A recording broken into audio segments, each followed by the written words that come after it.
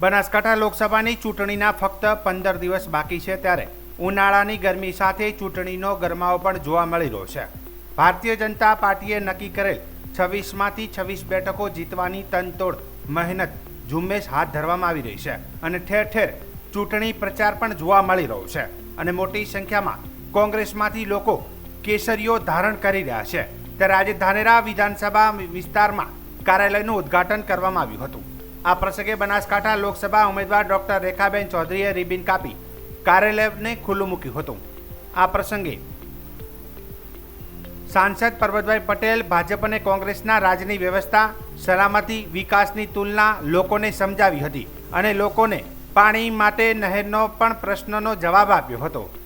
આ સમયે રાજ્યસભાના પૂર્વ સાંસદ દિનેશભાઈ અનાવાડિયા, રાજેન્દ્રસિંહજી, ધાનેરા વિધાનસભા પ્રભારી પૂર્વ ધારાસભ્ય પંકજભાઈ, ધાનેરા ધારાસભ્ય માવજીભાઈ દેસાઈ, ધાનેરા તાલુકા આગેવાન વિધાનસભાના સંયોજક ભગવાનદાસ પટેલ, ધાનેરા શહેર પ્રમુખ તરુણભાઈ મોદી, મંત્રી રાજુભાઈ ત્રિવેદી તેમજ જેબી રાજપૂત, તાલુકા સંગઠનના પદ અધિકારીઓ તેમજ મહિલા મોરચાના પ્રમુખ ભારતીબેન તેમજ અન્ય બહેનો અને મોટી સંખ્યામાં કાર્યકર્તાઓ, ભાઈઓ અને બહેનો હાજર રહ્યા હતા।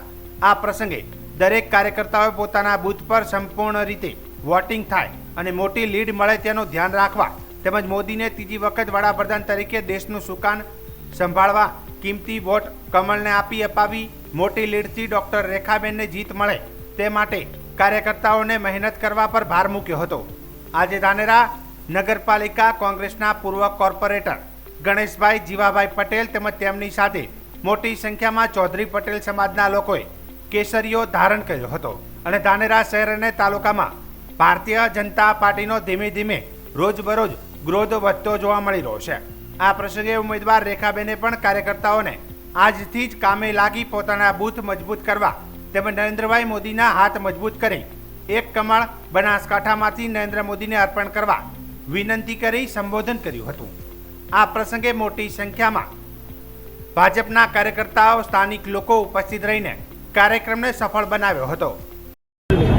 સમગ્ર દેશમાં લોકસભાની ચૂંટણી ચાલી રહી છે। બનાસકાંઠા જિલ્લાની ચૂંટણી પણ જ્યારે 7 મે છે ત્યારે જે ફોર્મ ભરવાનું પૂરું થયું ને ગઈકાલે ફોર્મ ભરવાની છેલ્લી તારીખ એ બધી જ જગ્યાએ વિધાનસભામાં આવી આના કાર્યાલયનું વિધાનસભા મતક્ષેત્રના શરૂ થઈ રહ્યા છે। એના ભાગરૂપે અત્યારે ધાનેરામાં પણ કાર્યાલયનું ઉદ્ઘાટન કર્યું। એમાં અમારા લોકસભાના લોકપ્રિય ઉમેદવાર બેન રેખાબેન, અમારા પ્રભારી રાજુભાઈ, અમારા રાજ્યસભાના સાંસદ આદરણીય દિનેશભાઈ નાવડિયા, ભાઈ મહેતા, ભાઈ રાણાભાઈ દેસાઈ, બધા જ સ્થાનિક આગેવાનો અને જેની જવાબદારી બધા જ આગેવાનોને સ્થાનિક કાર્યકર્તાઓના માધ્યમથી આજે મિત્રો શરૂ લોકોનો જે પ્રેમ, ઉત્સાહ અને ભારતીય જનતા પાર્ટી નરેન્દ્ર મોદી પ્રત્યેનો પ્રેમ જે છે તે જોતા મિત્રો એવું લાગે છે કે કદાચ આજ સુધી ક્યારેય ન મળી ગયો નથી વધારે રીતથી આ લોકસભા જે જીત એમાં કોઈ સરકારને સ્થાન નથી। સમગ્ર પ્રજાજનો તમામ આ વિસ્તારમાં વચ્ચે જ્ઞાતિઓ કે જે નરેન્દ્ર કોઈ મોદી વિશ્વાસ છે, લાગણી ને પ્રેમ છે જે થકી મિત્રો ઉમેદવાર પૂછે એમાં કોઈ જોતું જ નથી, માત્ર કમળ અને મોદી સાહેબ આ બેને લીધે એવો છે કે મેં મારા વક્તવ્યમાં પણ વાત કરી કે મિત્રો બે લીધું કે કદાચ આપણે કોઈ કલ્પના જ ન કરો કે કોંગ્રેસનું શાસન હોત તો પાણી મળો, પણ જ્યારે પાણી 1411 કરોડ રૂપિયા ધાનેરા અને થરાદના જે બાકી કામો તો નર્મદા વગરના એના માટેના ઓલરેડી મંજૂર થઈ ચૂક્યા છે। થરાદથી સીપુ સુધીની પાઇપલાઇન હું જ્યારે સિંચાઈ મંત્રી છું ત્યારે જે મંજૂર પાણી તળાવ ભરવાનું આપણે ચાલુ કર્યું। એમાં ધાનેરાના કામ નથી આવતો, નિશાળા આવે છે, દિયોદર છે, લાગણી છે, થરાદ છે, પણ આ કામો માટેની અત્યારે મંજૂરી પણ મળી ગઈ છે અને આની ડિઝાઇન બનીને કાર્યવાહી સમયમાં કરવાનું કામ થશે।